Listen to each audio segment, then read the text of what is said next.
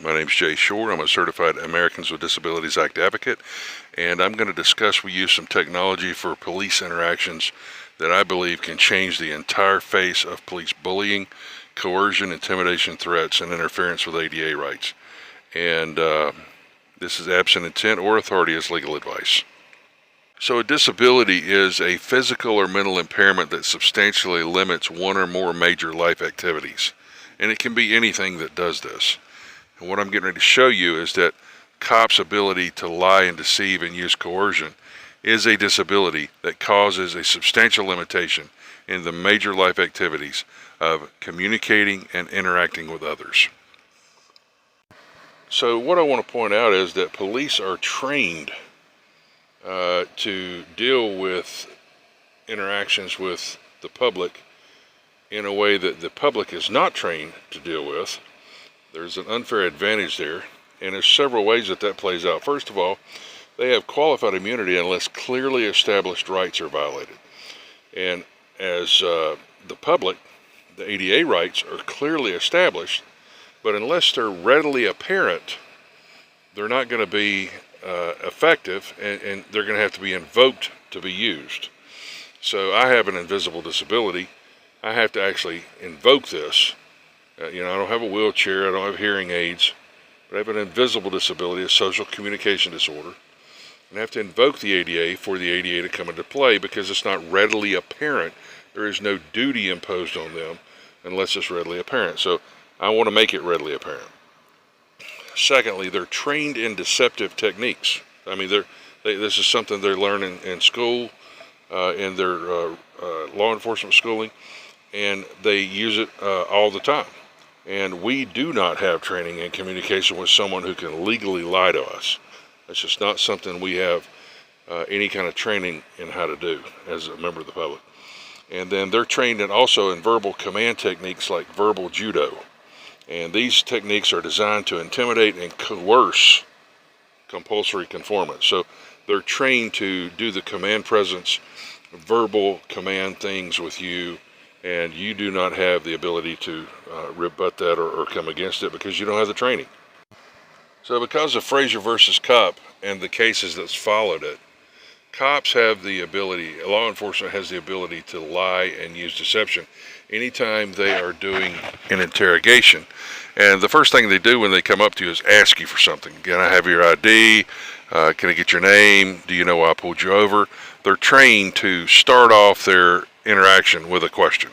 And they're trained to use questions. And this creates an atmosphere where they can use deception on an ongoing basis. I mean, they're just accustomed to lying, and they're actually authorized liars.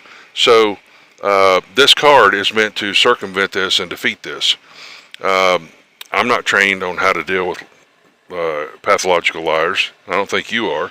So if you use this card, you assume the risk for it. But this is what I do, and I'm telling you that if you want to exercise and enjoy your rights under the ADA, I've tried to give you the best opportunity to do that with this card. Just I don't assume any risk for you using or any liability for you using it, though.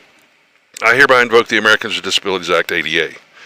Your ability, this is to the cop, I hand this to the cop, if your ability to legally use coercive and deceptive techniques against me, Frazier versus Cupp 394 U.S. 731, is a disability that substantially limits my major life activities of interacting with others, communication, and others. I leave that others on there because I don't want to go into thinking, concentrating, those things that could cause them to say, well, we need to get a psych eval on you.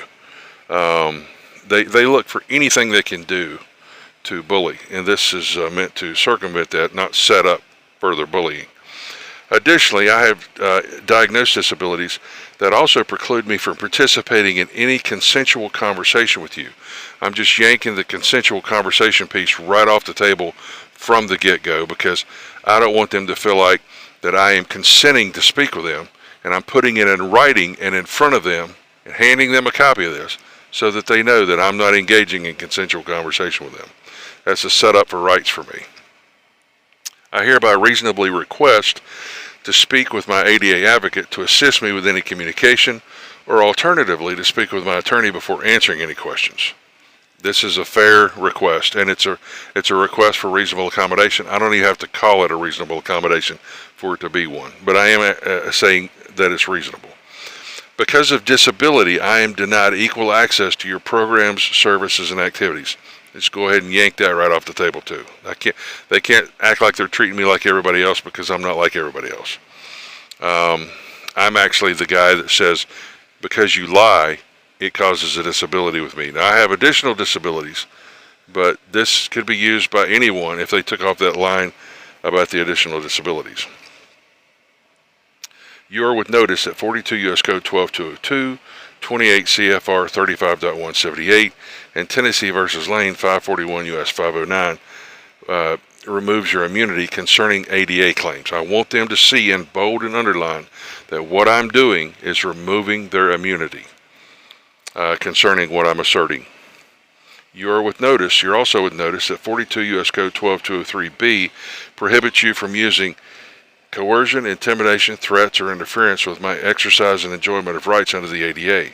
I reasonably request that you accommodate me by not using coercion, intimidation, threats, or interference. Now, that's just like putting your hands around a cop's throat when you say these things. You're not literally doing it, but seriously, everything he or she has been trained in school to use these techniques, these verbal judo techniques, the deceptive techniques, try to get you they'll use interpretive techniques. When you say anything, they'll try to twist your words. All of that has just been taken off the table. So I wanted to throw this out. I put a video out earlier and had a friend ask me if I could explain it a little more, so here it is.